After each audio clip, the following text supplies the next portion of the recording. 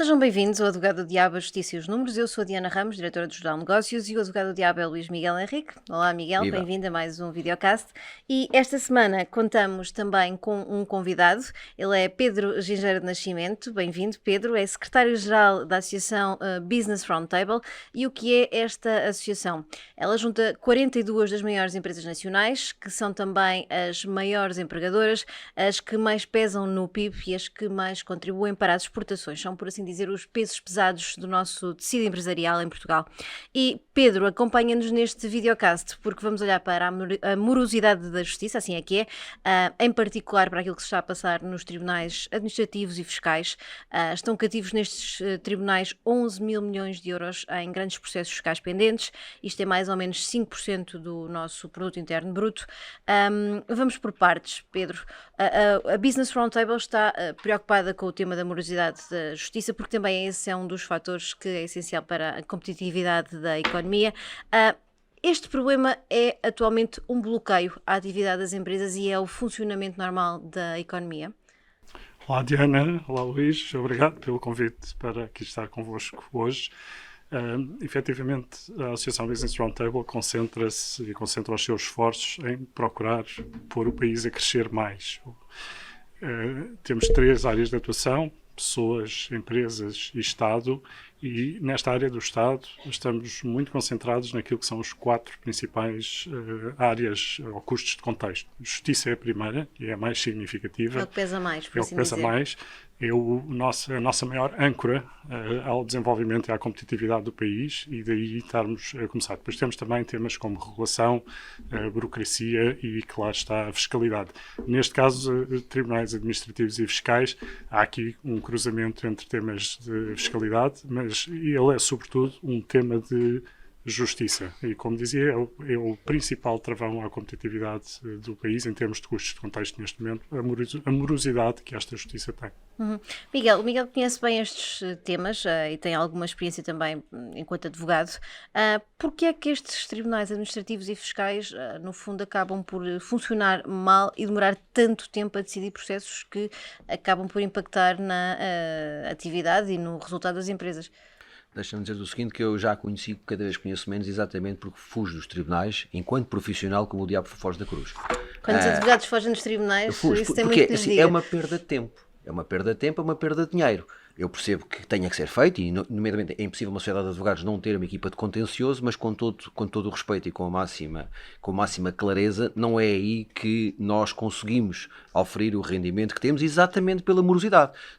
Nós temos custos a pagar, mensais, alguns deles que se vencem, e rejunta a colaboradores e fornecimentos, e é impossível esperar 6, 8, 10, 12 anos para concluir uma determinada ação, para conseguir com esse dinheiro para pagar os custos inerentes a isso. Portanto, é impossível. Temos que o ter, é um custo de contexto do próprio negócio, mas não é possível. E desde muito cedo, e como fiz prática individual durante muito tempo, fugi assim que pude dos tribunais, exatamente por perceber que seria uma asfixia em relação ao negócio. Quando é para mim, que sou um agente da justiça, imagina o que é para o resto do tecido empresarial. E há aqui 2 questões.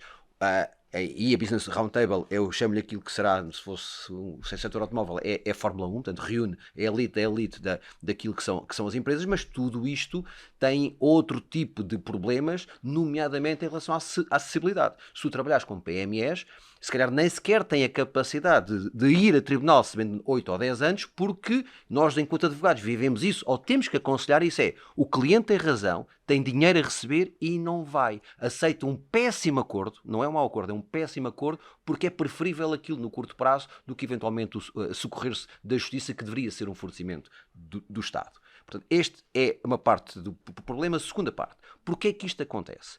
E disse e repito que... especificamente aqui dos tribunais administrativos e fiscais. Eficiência e eficácia são conceitos que a esmagadora maioria dos pensadores do nosso sistema de justiça não existe. O problema é que a esmagadora maioria das pessoas que pensam a justiça no dia-a-dia, eu tenho uma imagem que é do arquiteto que nunca fez uma obra.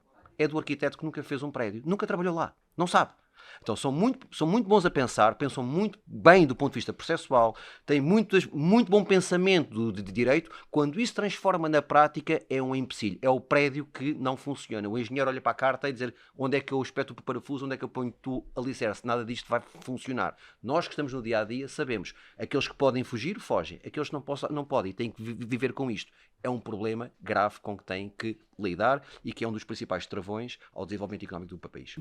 Permita-me só aqui acrescentar três pontos que eu acho que ilustram muito bem isto que o Luís nos estava a dizer.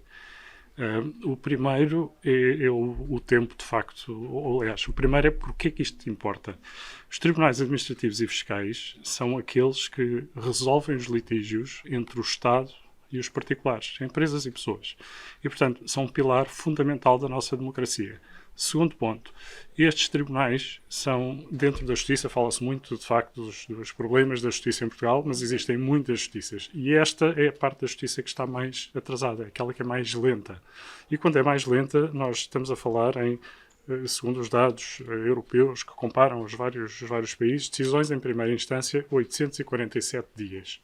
Espanha, que está mesmo aqui ao lado e que tem, enfim, todo um edifício, uma arquitetura do seu sistema legal. São 2 anos e meio. São 406 dias. Portanto, eles levam menos de metade do nosso tempo. Isto mostra muito bem. Terceiro aspecto que mostra porque é que isto é tão importante. Nós, enfim, vivemos num país que é historicamente sobreendividado. Temos empresas que são historicamente subcapitalizadas e temos, como a Diana dizia na introdução, 11 mil milhões de euros parados a ganhar pó nos tribunais. Os números que vocês apresentavam, Pedro, apontavam naquela análise que fizeram também aos dados da Justiça que a duração média destes processos de natureza fiscal tinha aumentado 35% entre 2018 e 2021. O que é que pode justificar esta subida tão grande da duração média destes processos? É inexplicável, quase. É inexplicável. Não há explicação. Miguel. Tens duas coisas. Tens dois momentos antes dos processos chegarem ao tribunal, tem a ver com o comportamento e a atitude da autoridade tributária. E depois tens um caso em que os tribunais, no fundo, o Estado é juiz em causa própria. Resumindo, muitas das vezes, pela filosofia inerente e a agressividade com que, na última década e meia, a autoridade tributária passou a imparar, passámos do 8 para o 800. Não é do 8 para o 80, é do 8 para o 800. Por isso é que, quando o contribuinte se apercebe e tem meios para se defender judicialmente, o contribuinte ganha metade das ações que o Estado contra o Estado. Porque a esmagadora maioria delas enfermam de um conjunto de vícios ou de matéria ou de forma que são relativamente fáceis. E estas são as questões, por isso é que tens tanto dinheiro. E é o fisco que é o grande tem a ver com a motivador forma. deste número de ações. Tem a ver com volto a dizer, tem a ver com uma nova dinâmica, com uma nova filosofia, tem a ver com uma nova agressividade que lhes é imposta, tem a ver com um conjunto de objetivos e tem a ver com o passar do 8 para o 800. Os objetivos que são impostos também à Depois tens cobrança... outra coisa do ponto de vista processual, e só para concluir, fiscal. há um mecanismo que tem a ver com o recurso hierárquico, isto é, há uma parte administrativa que, se fosse bem cumprida e se houvesse rigor naquilo que é feito, muitas das vezes havia processos que não chegavam ao tribunal.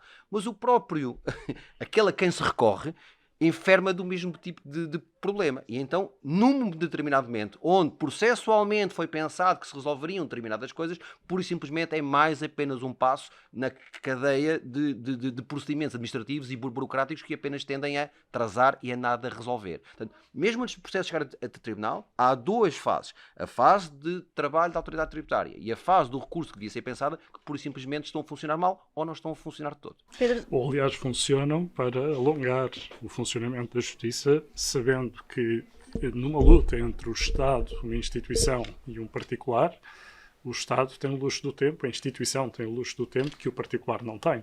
E, portanto, este alongar dos prazos é benéfico ao próprio Estado, à coleta de impostos. Estes valores, quando falamos de valores muito grandes, é difícil as pessoas perceberem o que é que isto quer dizer. Portanto, 11 mil milhões de euros, eu gostava de nos fixarmos nesse valor. E o Luís dizia, a AT ganha cerca de metade do valor. E é verdade, isto é verdade, quer nos tribunais administrativos e fiscais, quer no próprio CAD. Na arbitragem. Está praticamente igual, não há grandes diferenças, foi uma das razões pelas quais nós acreditámos que fazia sentido propor o alargamento do CAD. com as mesmas percentagens de ganho para a AT e para os particulares, e, portanto, não há nenhum enviesamento.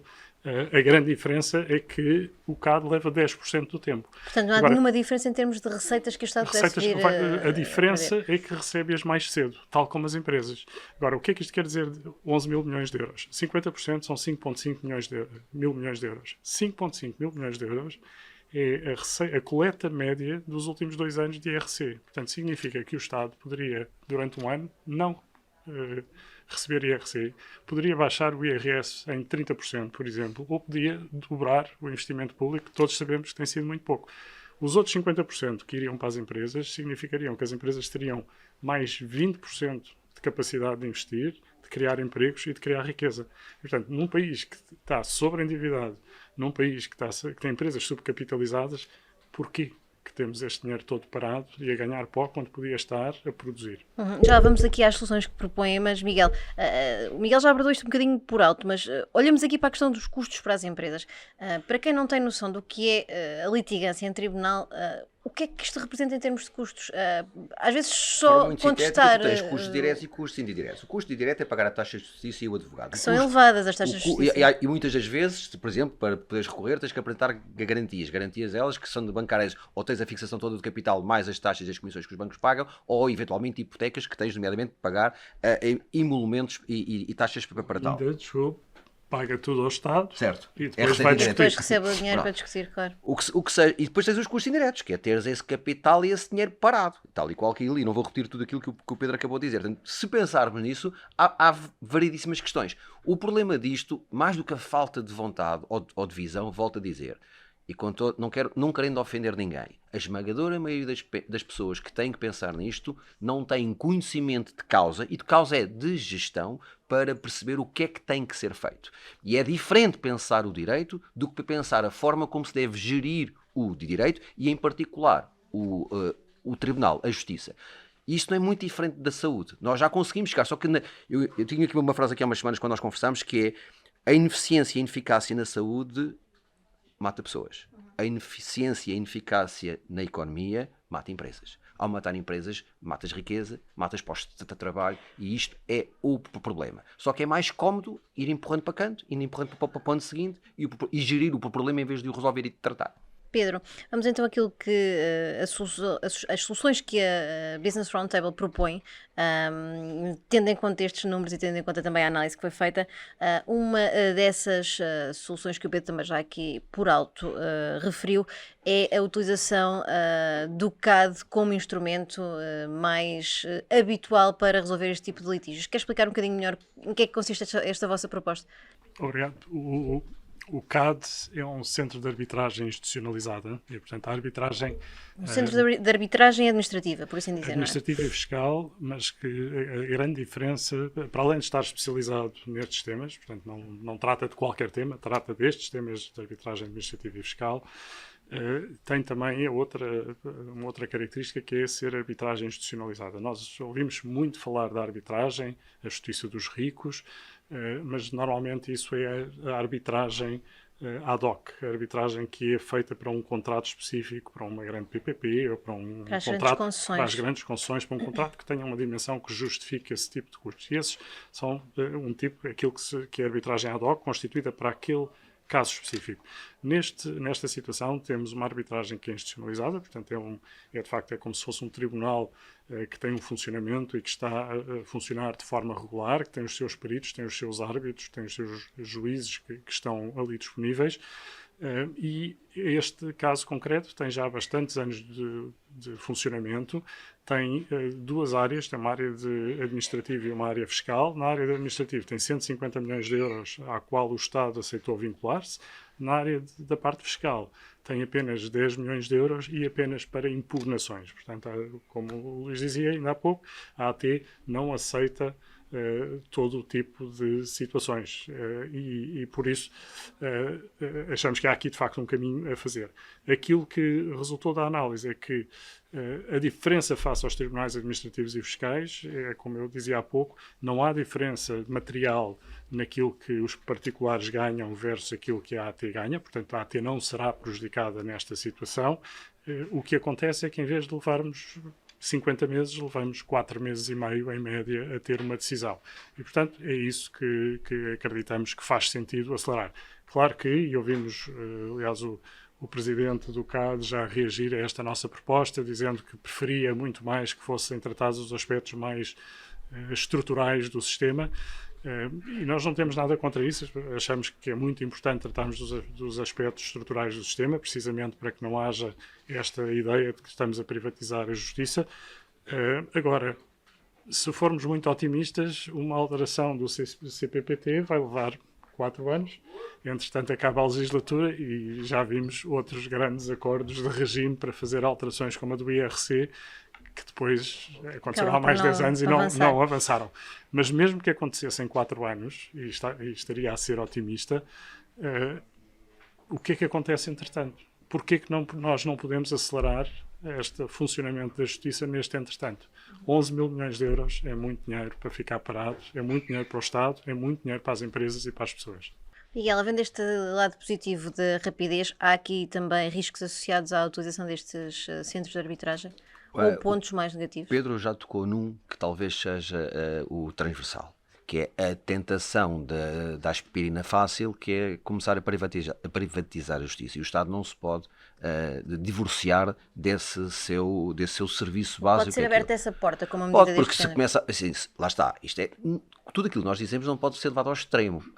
Tudo quando estamos a falar de eficácia e eficiência, isto não pode ser apenas e somente, isso tem que ser equilibrado com um conjunto de coisas. O problema é que estes dois conceitos não existem de todo. E ao não existir de todo, temos o cenário que hoje vivemos. Agora, não podemos também permitir que para uma maximização dessa eficácia, para uma maximização possível dessa eficiência, se haja um conjunto de outras coisas. Desequilíbrio no acesso à justiça, diferença no tratamento, uma total privatização, a completa incapacidade de pessoas ou por dotação económica ou por dificuldade que não possam funcionar. Há que ser equilibrado. Agora, que, nomeadamente, o centro de arbitragem precisa é possível ter maior capacidade, mais recursos, abrir eventualmente a acessibilidade até a um conjunto de outros contribuintes que possam lá aceder. Eu disse, não tenho dúvida nenhuma, e tem um papel focalizado para no imediato e no curto prazo poder aumentar a sua capacidade de trabalho e com isso fornecer mais e melhores serviços à sociedade. Não podem ficar por aí. Tem que ser isso, e aí é talvez a tentação em que não se pode cair, que é olhar para isto e pensar que vai resolver um problema. Vai resolver uma parte do problema, não vai resolver o problema como ele tem que ser feito. Isso tem que ser feito de uma maneira bem mais ampla e estrutural. Este aspecto é muito importante, sobretudo a questão do acesso à justiça.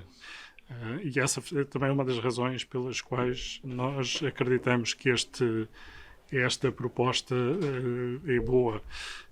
Por um lado, porque os custos de funcionamento do CAD não são muitíssimo mais elevados do que aquilo que é o custo do acesso aos tribunais administrativos e fiscais. Segundo, porque como o próprio Luís há pouco referia, o custo que o tempo gera no acesso à decisão do Tribunal Administrativo e Fiscal é tão grande que leva muitas empresas mais pequenas, muitos particulares, que não têm capacidade de estar à espera 4, 5, 10, 12 anos por uma decisão, para não acederem à justiça. E, portanto, nós já temos um problema de acesso à justiça.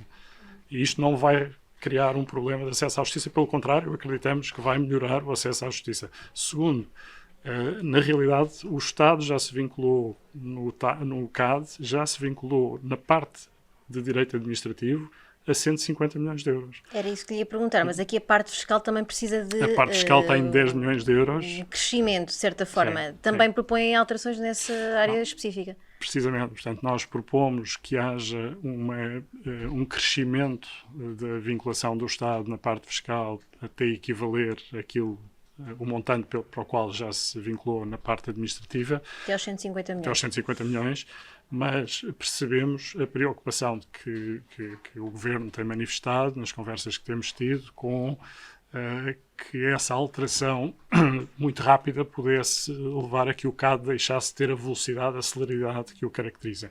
E daí que a nossa proposta mais recursos. Seja que o façamos de forma gradual. Portanto, não põe um limite, é isso? Todos os anos vamos aumentando, duplicando o que é o montante. Portanto, começamos em 10, passamos para 20, 20 para 40, 40 para 80, 80 para 150. E todos os anos fazemos a avaliação de o que impacto é que isso está a ter no mercado. Até porque há a percepção que a maior parte dos casos não são os casos de 150 milhões. Há muito mais casos entre os 10 e os 20 milhões do que entre os 20 e os 40 e os 80. Portanto, este primeiro salto pirâmide, é uma pirâmide, claro. E vamos É um ganho significativo. fechar este programa, mas com uma última questão e sintam-se à vontade. Quem quiser responder primeiro, estejam perfeitamente à vontade. Olhamos para esta questão da competitividade. Onde é que poderia Portugal estar se tivéssemos, de facto, uma justiça mais célere quando olhamos para o país situado em relação aos outros no ranking eu vou da responder primeiro para competitividade? deixar a honra de chegar para o nosso convidado. Mas porque ele já me antecipou a resposta, o Pedro já me antecipou a resposta, eu tinha aqui a nota que em relação mentalmente o que é que podia responder, mas ele antecipou-se, porque tirando a regulação, tu tens o triunvirato da nossa perda de competitividade assenta num triângulozinho muito simples, que tem a ver com a justiça, neste caso a morosidade da mesma, a carga fiscal existente e a burocracia. Se nós olharmos para este triângulo e para este triunvirato e o atacarmos seriamente, com tudo o resto que o país tem de bom, nós estamos no topo. Enfim, Agora é difícil depois desta. Não, vou resumo só dar alguns números para tentar. Acho sempre que os números ajudam-nos a perceber o que é que isto quer dizer. Portanto, o ranking de competitividade do World Economic Forum de 2019 coloca Portugal na 34ª posição em 140 países. Na área da justiça, ou da disputa de litígios, mais concretamente, nós somos o 113º. Portanto, em termos globais, nós somos o 34º. Na justiça, somos o 113º. Como é que nós comparamos? Espanha, que em vez de ser o 34º é o 23º, na área da justiça está em 63º. Portanto, um bocadinho menos de metade daquilo que nós temos. E isso contribui com que suba. Agora, de facto, com quem é que nós nos comparamos? Enfim, não nos comparamos com Cabo Verde, porque Cabo Verde está na 69ª posição na área da justiça. Portanto, a justiça de Cabo Verde é melhor do que a justiça portuguesa. Gostaríamos de ser como a Argentina, talvez, que está na 107ª posição. Nós estamos no 113º. E eu acho que isto resume bem aquilo que é o estado da justiça e a importância de acelerarmos o tempo da justiça. O tempo da justiça não é o tempo das pessoas e uma justiça que é lenta não é justiça para ninguém. E é um retrato que fica aqui também do peso que esta morosidade causa nas empresas. Obrigado, Pedro Gingeira do Nascimento, por ter trazido aqui as ideias da Business Roundtable a este nosso videocast. Obrigado, Miguel, por mais esta análise. E está assim encerrado mais um videocast do Advogado do Diabo, a Justiça e os Números. Até para a semana.